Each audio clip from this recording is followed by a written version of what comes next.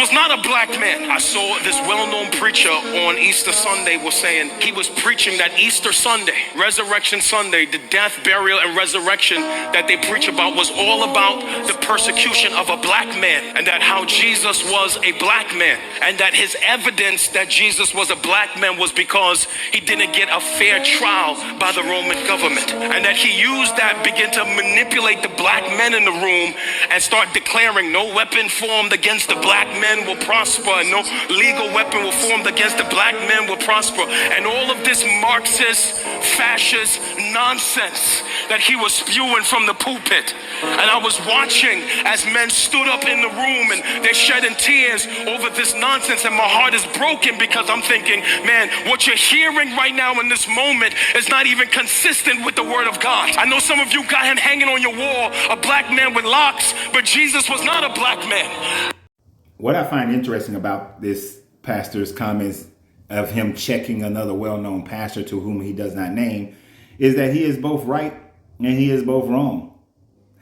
Now, as you know, this is a Christian deconstruction channel. So, of course, most of the stuff is about how they get things wrong. But in some sense, he got it right. In some sense, he got it wrong. And I'm willing to accept the things that a person get right.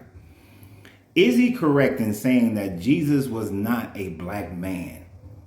In the sense that we have determined a person's race today because race didn't exist when the so-called Jesus character would have been walking around, if the story is to believe? No, Jesus would not have been considered a black man at the time frame that he was being persecuted or walking around as an itinerant preacher. If he was a historical person, to which I do not accept that he was, then yes, you can say in our understanding of society today, he would be considered a black man today. But in the time frame of Rome, the time frame of first century, the Jewish people of that time frame were not considered based on black, white, anything of that nature. They were considered based on, are you Roman? Are you Gallic? Are you a Hebrew? Are you Egyptian? You were more based on a nationality, more based on a tribal identity than you were based on your skin color. Now, would the Jesus character have been a man of color, as most people in that region were? Yes, more than likely a man of color, maybe had some influence from the conquering by the Greeks. And so there may have been some Greek influence in the bloodline, may have been part of many different conquerings that the Israelites went through. You got to think about it. The Israelite people, the ones who will become known as Israelites in around 1200, 1300 BCE, these people were conquered by the Egyptians. Right after the Egyptians, they were conquered. They had their freedom for a little bit, but they merged with other Canaanite tribes and Phoenicians. Then they were conquered by the Assyrians.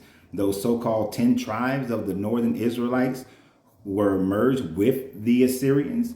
And then they were conquered by the Babylonians. And then they were conquered by the Persians. And then they were conquered by the Greeks. And then they had a little bit of freedom. And then they were conquered by the Romans. Now, also, before all that conquering was going on, or while all that conquering was going on, the Levant was major trade route into Mesopotamia, into the Indus Valley by people throughout the Mediterranean. So basically, these people would have been a mixed bag and could have been of multiple different shades of brown, dark brown, all the way to light brown, all throughout. So there's no telling what level of pigmentation that anyone would have had during that time frame. So was he a black man as far as our modern standards? Yes. Would he be considered a black man back then? No. He would have been considered a Jew. He would have been considered a Hebrew. He practiced, according to this book, he practiced the Hebrew faith. And this is what that pastor did go on to say. He practiced the Hebrew faith. He practiced the Jewish faith. He went to synagogue. He did everything that the Jewish people did. He was a practicing Jew, if he existed at all. So to say that the reason why he was a black man is because he didn't get a fair trial, he got a fair trial. According to Roman law, he got a fair trial. He claimed to be a Messiah. He claimed to be a king. He claimed to want to free the Judite people from Roman rule. He got a fair trial according to Roman law. He didn't live in America. He didn't live in England. He didn't live in Spain. He didn't live in Nigeria. He didn't live in Australia. So the rule of law to which he would have tried under was not the rule of law that you have today. And this is a mistake that many people make when they're trying to understand ancient history, is they try to put it in how we see things today. According to Roman rule, Roman law, fair trial. Now, how does that relate to the black man? One of the things, and the actual thing that caught my attention for this video, and where I'm going to spend the rest of my time, is the fact that he said that you got these black men standing up crying and saying, no power formed against me will prosper. This was one of those popular things that I used to believe in so dearly. And then I started looking at the history of black people in America. I started looking at the history of black people in Africa and all throughout the world, and other people as well, Europeans who were not of the aristocrat status, and people who were not wealthy, all throughout different countries. The people in the Americas who were convinced and forced over, not convinced, but forced to become Christians, whether through economic reasons or through violence, that these people believed that no weapon formed against me will prosper, but yet you were forced into slavery. That weapon prospered.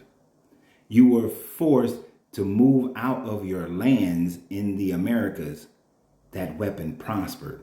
You were forced to give up your gold and give up your lands in Central America and South America. The weapon prospered.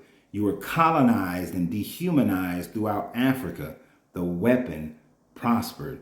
The few people in India who converted over to Christianity, they took and stole your land and enforced their government and changed your Indus religion to be polytheistic.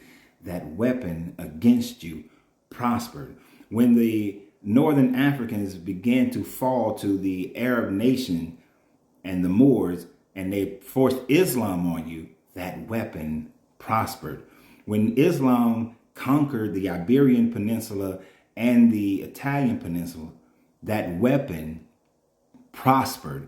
When people were living in England as serfs and peasants, as they would call them, and those feudal lords and kings forced these people to have to give up on your first night of marriage. The woman had to sleep with the feudal lord or the king. That weapon prospered. When they took over Scotland and Ireland, that weapon prospered.